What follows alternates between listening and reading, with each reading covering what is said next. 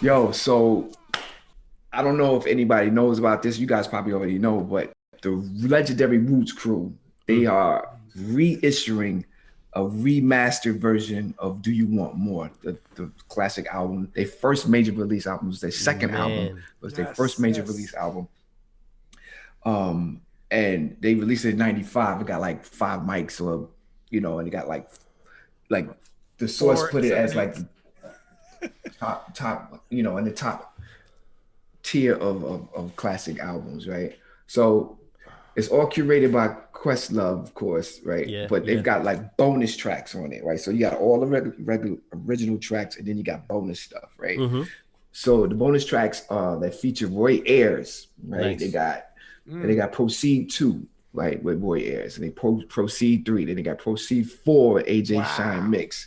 They got Beat Miners mix on this bad boy, right? Yeah. Silent Treatment. They did like 5 different versions on it, right? When Silent Treatment came out, it had 5 versions. I remember. This is 5 more. Yo, so then they got like essays by Questlove and Black Thought, and then they got track by track commentary, which is crazy, right? This is crazy. So it's supposed to drop the 28th of May, right? And it's a 3. They pressed it. It's a album. Vinyl. Yeah, it's vinyl. So it's 3 vinyls, right? I'm buying it. You say it like that? I'm buying it. Yeah, man, it's crazy. Hey, I don't want to get off track too much, right? But I remember, right? Leaving from, what was it, the New Music Seminar? No. New Music Seminar, the one where Craig G battled Supernat? Yes, that's summer. Okay, so stop. The Bad Boy one. Time out.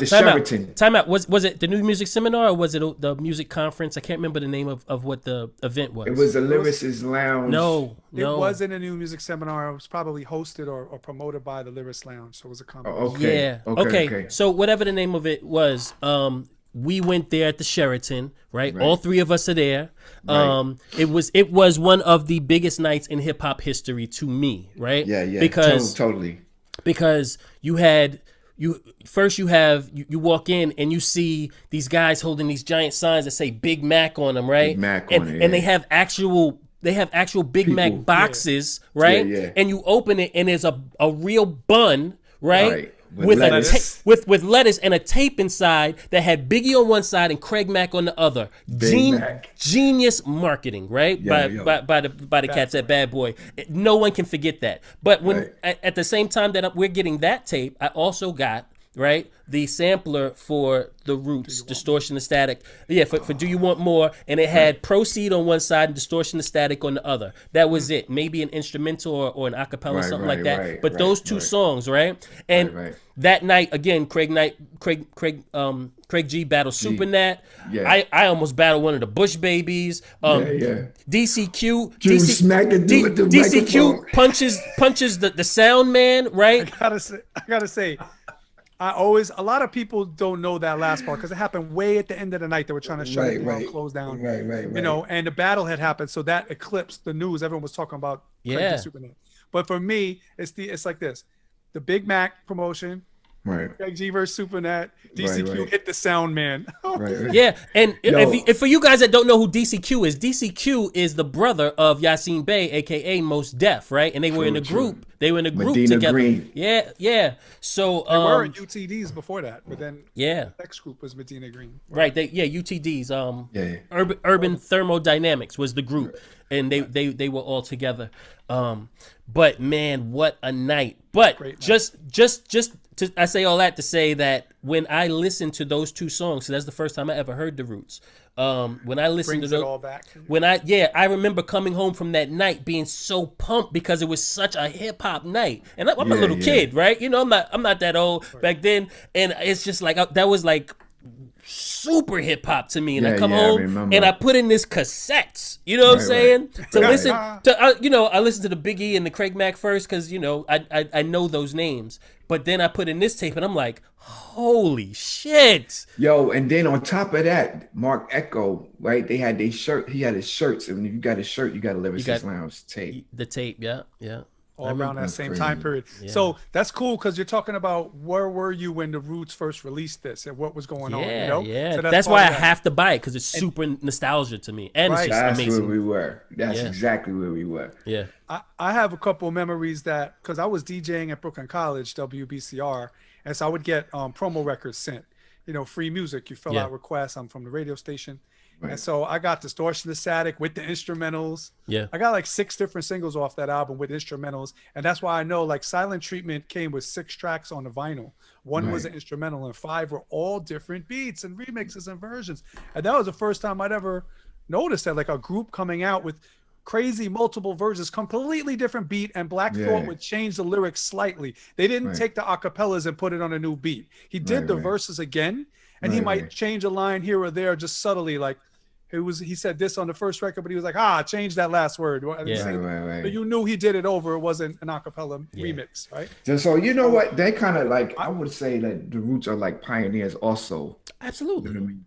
Absolutely. Like, you know what I'm saying? So many different things. They're not the first hip hop band because, like, you know, I would give that like Stetzer, right? For sure. But these guys came and they transcended, you know, the art form, you know, and really put really thought and effort into, pun intended, they really put thought and effort into the lyricism, you know what I mean? The delivery, you know, the concepts, the roots of the music. And on top of all of that, right? On top of all of that, a lyricist who's a true lyricist that you just can't take that out of them, right? Like a Royce, like a Pharaoh, like a Black Thought. These are people that are in my top 5 of all time, and they're just as dope now as they were when I first heard them, if not doper. Like these MCs that really get to their pen. Right. That's something too, because like I want to say, for me, it feels like you should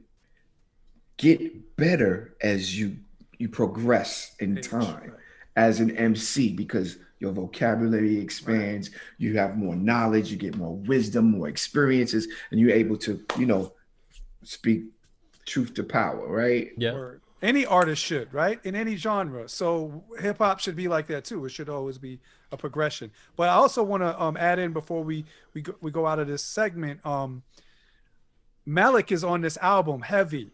So Pete, when he passed away, he hadn't really been on the group for a while, so he wasn't on the last few Roots albums. And people who became Roots fans in the middle of their career, the second half, they were like, "Oh, Malik, who's that?" You know, they think of the Roots is all the instruments, Questlove, and Black Thought as the MC. But for several albums, it was 2 of them, and they were both equally fire, and they did interplay back and forth with their styles, and that's on this album. And Rozelle and Dice Raw, all of that. You know what I mean? Like, and Scott Storch is all over this. He's all over because he was their like original keyboardist. Yeah. I think that's his first hip hop gig, right? Yeah, for sure. Was coming out with the Roots, and then he started producing more other stuff later. Right. Yeah. So what a classic time in hip hop. Yeah, I'm excited. Yes. But if you are young and you weren't here for that, or you just weren't following the Roots back then, you definitely should pick up this album. And get this, it's not going to sound like anything on their last 3 albums, because their styles change over the years with each album. They progress. So if you see them on Jimmy Fallon, it's not the same. No. Hey, guys, listen. You can find out any information you need about this project and the Roots in general. Most likely you can find out everything on okplayer.com.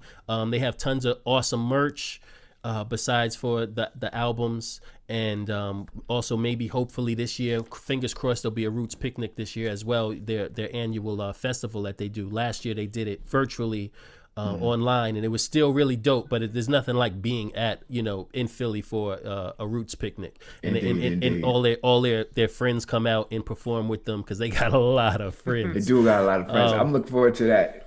And who doesn't want to rock with the Roots? You know, we got to rock with them playing a couple times at Wetlands. When they used to do their events in New York, and they used to invite MCs from where they're at. You know, hey, come up and rock with us, and we used to jam with them. It was dope. Yeah, man.